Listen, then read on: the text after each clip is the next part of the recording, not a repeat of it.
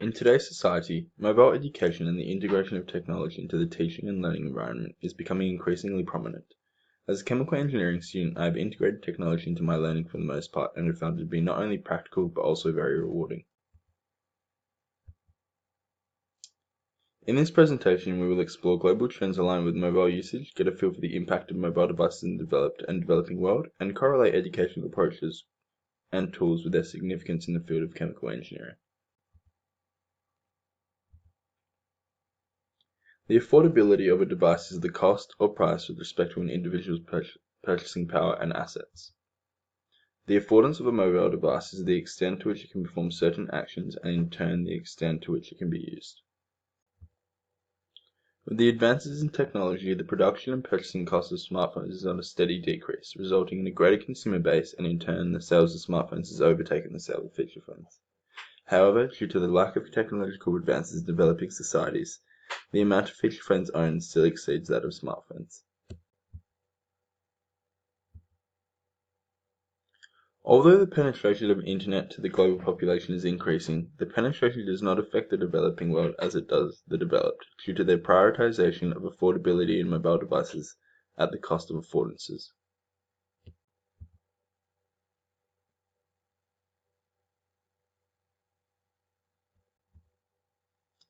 In comparison with the developing world, the advances of mobile devices and the global penetration of internet has become a staple in education, with students being able to maximize their study everywhere on portable devices with high affordances and high-speed internet everywhere they go.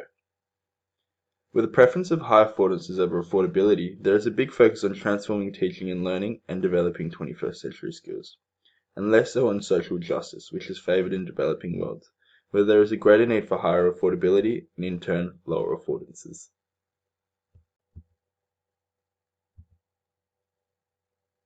With the implementation of technology and mobile devices into engineering, there are educational approaches and tools to enhance the learning. Information transmission is the most common approach to teaching in the field of chemical engineering due to the large amount of course content to be covered. It takes on the assumption that the learner is an empty vessel and disregards any previous knowledge or views. It is primarily explored using lectures. Not as prominent in the field of engineering, but still explored through the use of online quizzes, behaviorism is broken up into two subcategories and promotes a two-way flow of information using stimuli and behavioral reinforcement. Dipping into the more sophisticated learning approaches, social constructivism is evident in engineering in the weekly tutorials and group projects. It acknowledges social factors in learning and promotes a multi-flow of information, allowing students to build and revisit any topics they may have struggles with from the lectures. Situated learning, similarly aligned with embodied learning, incorporates location into learning. It is based on the idea that students learn more effectively when they are immersed in and actively taking part in the learning experience. This approach is especially exemplified in labs.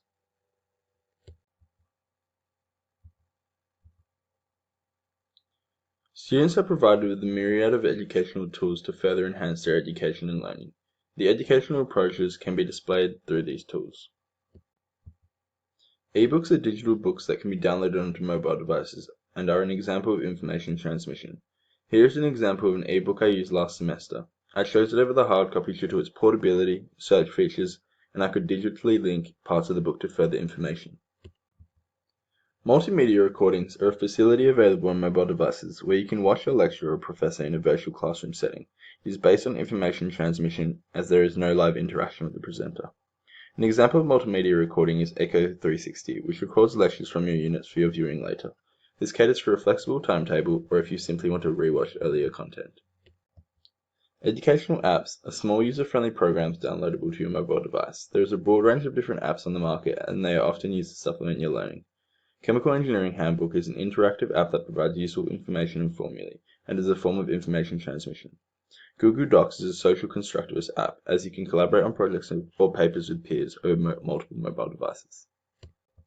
Opinion polls like SurveyMonkey offer a real-time interaction with students and teachers alike. It mainly displays behaviorism in the quiz-like nature. Geosocial networking applications are location-based programs accessible on mobile devices that provide real-time information about a place or thing. Based on reviews or information from peers, they promote social constructivism.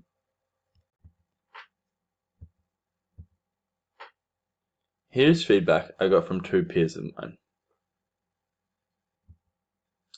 From this feedback, I adjusted the developed and developing world sections of my presentation to suit more to the field of chemical engineering.